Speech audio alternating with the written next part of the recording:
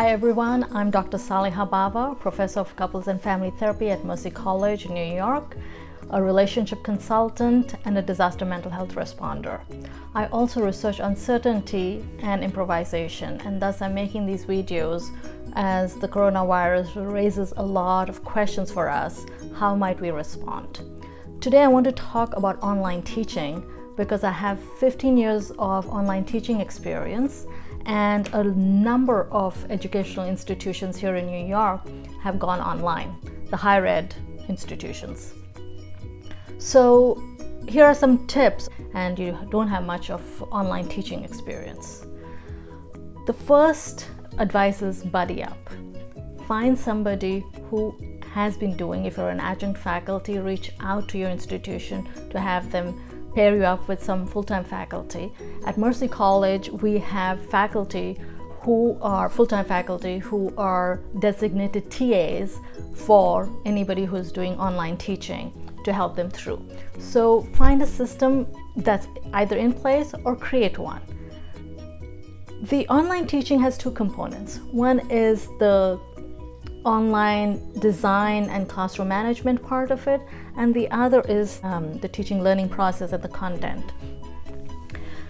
So we generally tend to focus on the latter, and if you have an institution with resources, they help you with the former. But in this moment, the institutional resources are also going to be stretched.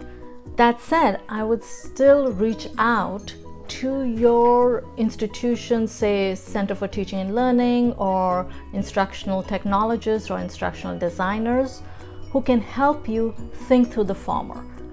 How to navigate. At Mercy, we are having classes, online webinars on learning how to navigate. So there are tools online, there are resources at your institution.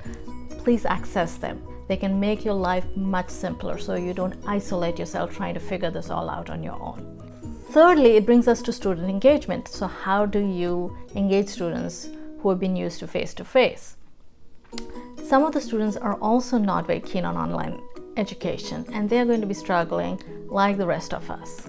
So it's very important to humanize this whole process, this process of transitioning and the process of uncertainty in the face of the virus. One of the best tools for student engagement is a platform like Zoom or Skype or some teleconferencing feature that comes with your online classroom management system.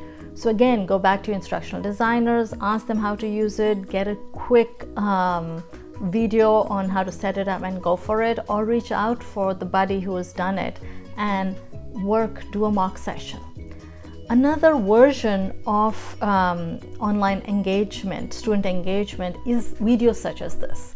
These are easy to tape if you have one of these smartphones, and there are a lot of videos. Just Google on YouTube, you'll find videos that teach you how to use your phone to make 2-minute, 3-minute videos. It helps with that student engagement piece. The last point on student engagement is, since the students were already meeting in person, that time is already protected in their schedule. So when you consider using Zoom or teleconferencing, you may want to consider doing it at the same time when you were meeting in person. So the students will meet online, and it can help with 3 processes. One is, of course, the teaching and learning, how the assignment's going, covering the subject matter and so on and so forth. But the second is also helping build a community that's transitioning online. Checking in with the students, having your finger on the pulse of how this transition to online is affecting their learning. How are they responding to the virus, and how is the virus impacting their lives? So that's the third. So the teaching, learning, the transitioning, creating a learning community online, and processing both the online, but also the coronavirus, the experience of it in their life. All of these practices makes it human and humanizing, and that is the most important element of student engagement, is how do you become personal, how do you show up, and how do you humanize, how do you share.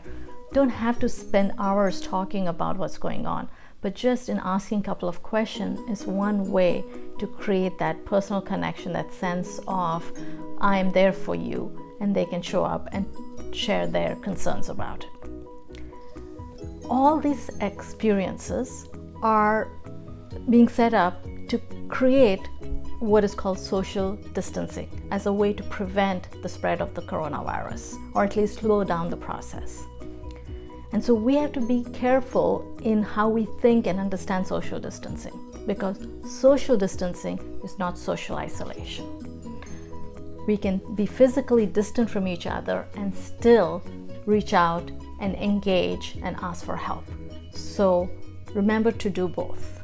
Thank you all.